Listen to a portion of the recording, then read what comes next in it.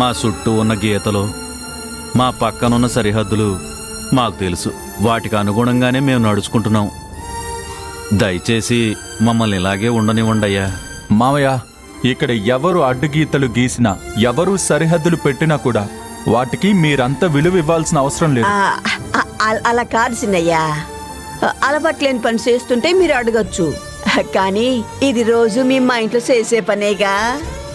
అది పైగా మేము కింద పడుకుంటేనే కళ్ళకి కాస్త కునుకు బాగా పడుతుంది. ఇల్లు మారింది కదా అని పడుకునే చోటు మారాల్సిన అవసరం లేదు కదా బాబుగారు. మీరిలా కింద పడుకోవడం మీకు ఇబ్బందిగా అనిపించదా? లేదండి, కింద పడుకోవడం మాకేమీ కొత్త కాదు. కింద పడుకోవడం బాగానే ఉంటుంది. ఏం నిత్య, నువ్వు కూడా మీ వాళ్ళందరూ చెప్పిన మాటలే చెప్పాలనుకుంటున్నావా ఏంటి? వాళ్ళందరూ చెప్పారని నేను చెప్పడం లేదు. మీ ఇంటికి వచ్చాం కదా అని మేమందరం పట్టుపరుపుల మీద పడుకోవాలని అనుకోవడం లేదు సార్. మాకిక్కడ బానే ఉంది. సరిపోయింది. అందరూ ఒకే మాట మీదే ఉన్నారన్నమాట. నీటిలో పెరిగే చేప పిల్లని నీటిలోనే పెంచాలి, నిమ్మరసంలో పెంచకూడదు.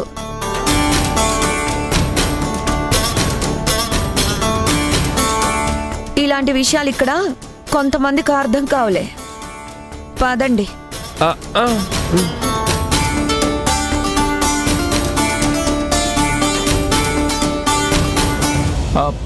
సరే అయితే మావయ్య, మీకు ఇక్కడే కంఫర్టబుల్గా ఉంటే మీరిక్కడే పడుకోండి. కానీ మీకేదైనా తేడా వచ్చినా, ఏం తక్కువ అనిపించినా నన్ను మాత్రం అడగడం మర్చిపోకండి. ఆ మాట అన్నారు, చాలా సంతోషమయ్యా. మీరెళ్ళి పడుకోండి అయ్యా, మేం పడుకుంటాం. సరే మరి, గుడ్ నైట్. గుడ్ నైట్ నిత్య. Good night Neeraja.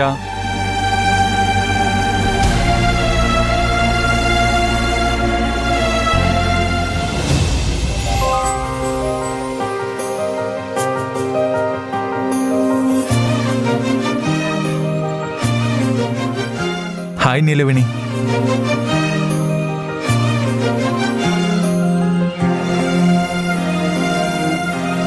మళ్ళీ తాగొచ్చారా? ఈ కథ వదిలిపెట్టరా? నువ్వు దాని గురించి అడగడం మానేవా? నేను అడగడం మానాలని అనుకుంటున్నారు, కానీ మీరు తాగడం మానరన్నమాట. తాగడానికి ఒక కారణం ఉంటుంది, మానడానికి కూడా ఒక కారణం ఉండాలి. మంచిగా ఉండడానికి, మర్యాదగా బతకడానికి కూడా కారణాలు కావాలా? ఇప్పుడు నేను ఎవరి దగ్గర మంచివాణ్ణి అనిపించుకోవాలి, ఎవరి దగ్గర మర్యాద సంపాదించుకోవాలి? మీ కుటుంబం దగ్గర,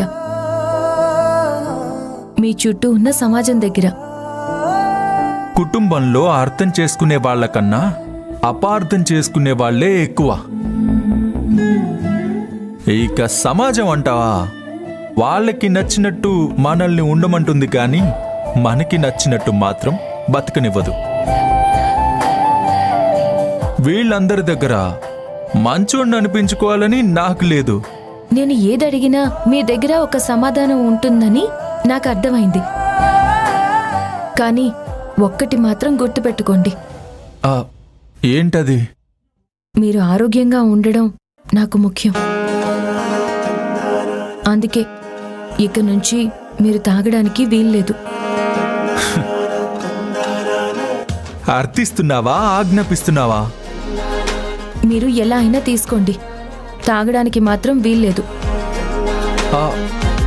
అంత హఠాత్తుగా ఆపడం కూడా కుదరదు.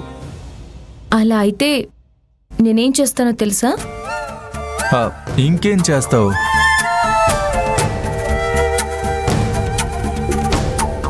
ఏం చేస్తానంటే నేను కూడా తాగడం మొదలు పెడతాను.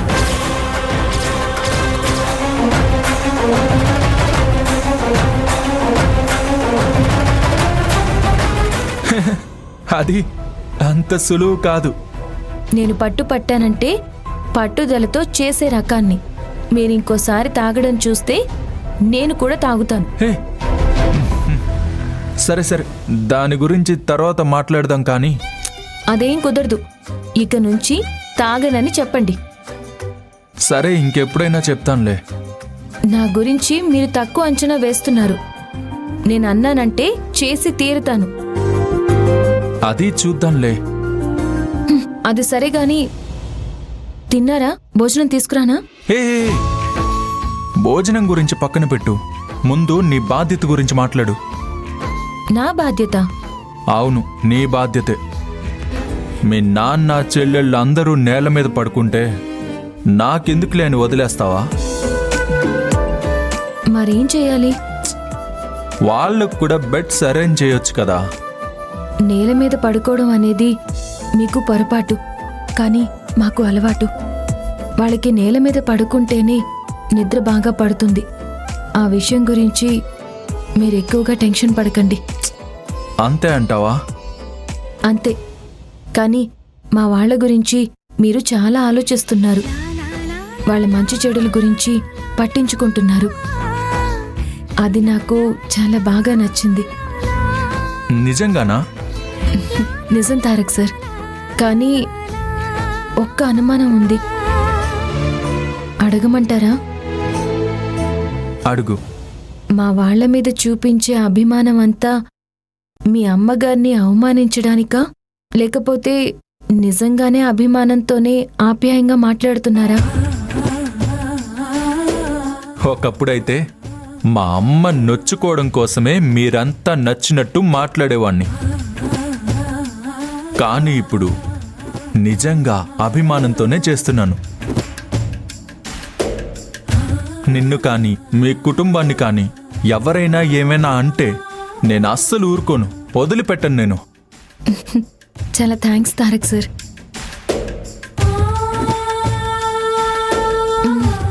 ఈ 2 వేళల్లో ఒకటి పట్టుకోండి.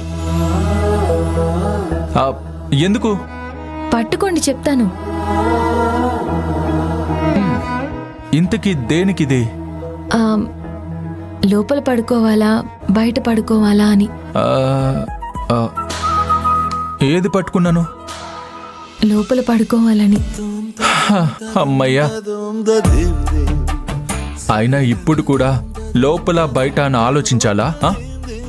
నేను నీ భర్తని. ఇప్పుడు నువ్వు ఇలాంటివన్నీ ఆలోచించకూడదు. చక్కగా వచ్చి నా పక్కనే పడుకోవచ్చు. పక్కన పడుకోవడం దేవుడు రాసి పెట్టలేదు గాని భోజనం తీసుకొస్తానుండండి. నీలవేణి, నేను తినేశాను. ఓ అవునా? సరే, మీరు డ్రెస్ చేంజ్ చేసుకోండి, నేను మంచినీళ్ళు తీసుకొస్తాను. హ్మ్.